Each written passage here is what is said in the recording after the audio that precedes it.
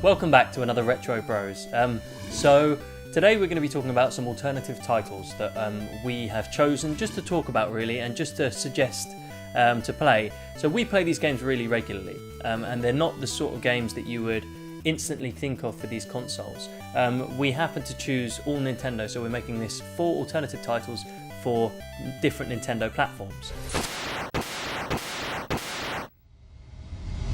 I'm going to kick right off with the Nintendo 64 and I'm going to talk about a game that we play almost every day still. It's something that we played a lot when we were younger and it's something that we still love playing today. I'm going to cheat a little bit here and I'm going to talk about the franchise of the 2 games because one of them is slightly special and not everyone has heard of it.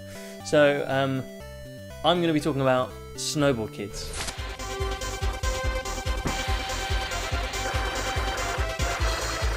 To me, Snowboard Kids is just one of the most fun games to play multiplayer on the N64. I don't know what it is. It's not that good graphically. It's really colourful. It's sort of a bit all over the place. But when you're playing it against another person, it just gets so competitive. You have different types of weapons that are just crazy. Like the bullets are crazy things like, I don't know, whether it be snowmen or ice blocks or bombs. Anyone can just pick it up and play it. It takes about 2 or 3 goes and you're a bit clunky, but as soon as you learn the rules, the ways of catching up, it becomes a lot more level, so it sort of automatically handicaps it. So even if you've been playing for ages, you can be really good at it, but you can still lose to someone as long as they do the right things and stay within the structure of the game. One that we play even more so now, that was bought for me a couple of Christmases ago, is Snowboard Kids 2.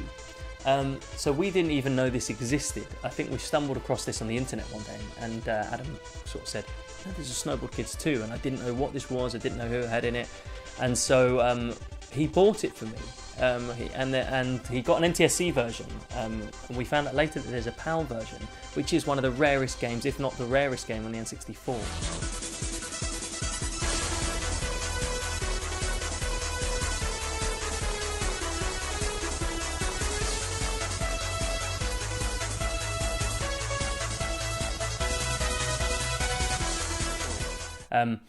The PAL version was released, I think, only in Australia, so that's the only way you can get a PAL cartridge. But we got an NTSC version, we used the NTSC 64.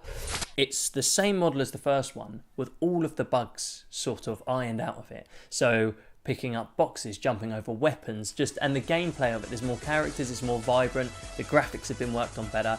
So for me, Snowboard Kids 2 really is one of those ones that's sort of long-lasting in your collection, if you can get a copy of it. Now I know it costs a lot of money to get, but trust me, if you play Snowboard Kids 1 and you like it, Snowboard Kids 2 is worth the investment.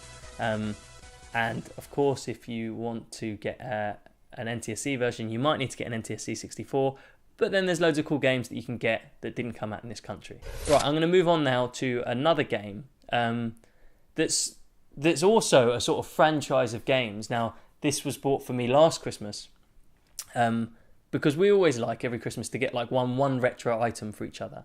And I had this bought for me and I just didn't know what to expect really. I just thought, oh, is it going to be another hack remake? And it's Punch-Out for the Wii.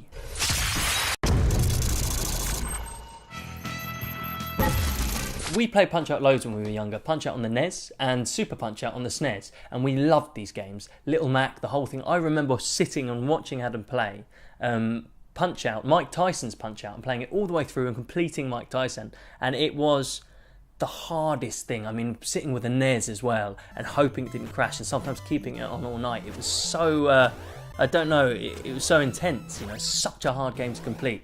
So when they brought out this Punch-Out, I thought, I hope they haven't ruined it.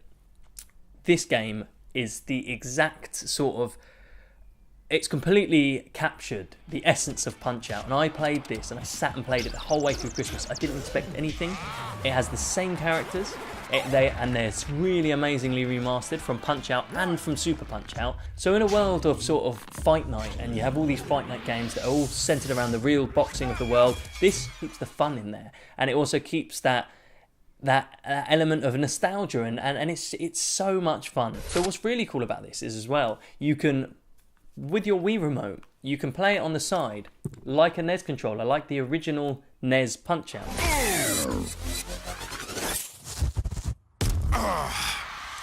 So if you liked Punch-Out and Super Punch-Out, then you should definitely pick this up. Next up is Mario. So of course, you wouldn't think that Mario is one that you would choose if you're talking about alternative games. Now this is Mario for the Game Boy Advance. This is a Mario that was bought for me by my brother Steve, the older brother, and he bought it, an American copy, and said, you've got to play this game, it's really cool. It's not like a Mario you would have played before. It's called Mario and Luigi's Superstar Saga. So I remember first putting this game in and playing it and thinking, this isn't Mario, it's not a platformer. I wasn't sure what it was going to be like, and I didn't put it down.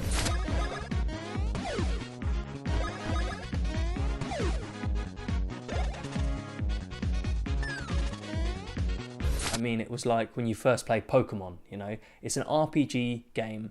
The music in it's fantastic. Like when you put it on, it's got the same music from Mario 64. It's got all the original Mario music soundtracks. And the game structure is incredible. Sort of like Mario RPG on the SNES, but a much better updated version. I mean, there's parts in the game where you play as Luigi and Mario, and you switch between the two throughout. But sometimes, in the story, Mario can get kidnapped.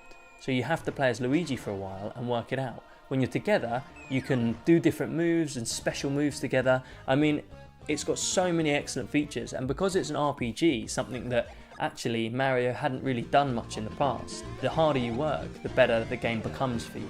They made a few sequels, but this original one for me, it's the one that topped it. If you love Mario and you love RPGs, then Mario and Luigi's Superstar Saga is one to look out for. So far we've covered the Nintendo 64 with the Snowboard Kids, we've covered the Wii with Punch-Out, we've covered the Game Boy Advance with Mario and Luigi Superstar Saga.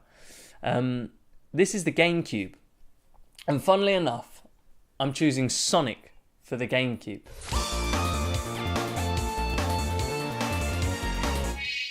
Now, I know that there was a few versions of sort of Sonic collections come out. There was Sonic Gems collections and a few others that came out on different platforms. But the Sonic Mega Collection was the one to look out for. I remember searching for this for quite a long time. It has Sonic 1, 2, 3, it has Sonic and Knuckles, it has Sonic Spinball, Sonic 3D, and it even has Sonic Dr. Robotnik's Mean Beam Machine, which personally I played for hours, which is a really hard game. But one of the things that a lot of people know about this is you can unlock games within this game on top of the 7 games. And one of the games that you can unlock in this game is a game called Flicky and Rystar.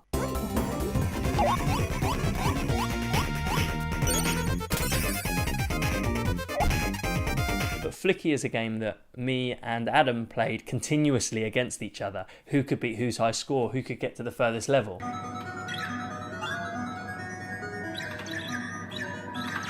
Flicky was featured in Shenmue. I think a lot of you out there will know that you see the poster on the arcade wall in Shenmue, and you just always think that game was never in the arcade, so you always wanted to play it. So we used to unlock it on that and play it for hours.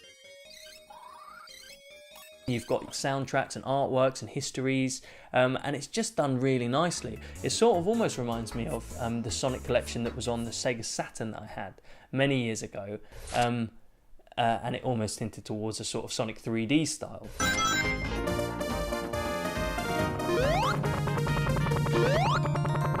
If you love the Sonic games, and you love Flicky and Rystar, then you should just buy it, because you can have hours of fun just with this game. There's also a few more unlockables in there that I'm not going to give away. So these are games that we've re-picked up fairly recently. We have copies of these maybe at home or somewhere, but these are games that you can go out and they're fairly accessible to get. Other than Snowboard Kids, you can pick these up and play them for hours. They're great games to play, and they're long lasting. You can play them all the time. They're really good multiplayer games, bar the Mario and Luigi Superstar Saga, but if you're playing that, you're not going to be seeing anyone for a while. So I would say, get out, buy one of these games, play it, and leave some comments below, because we'd love to hear your feedback. And also, if you know any other games that you want us to review in your next alternative finds, then let us know, because if there's games out there that we haven't played, we'd love to hear about them. I hope you've been enjoying the video so far.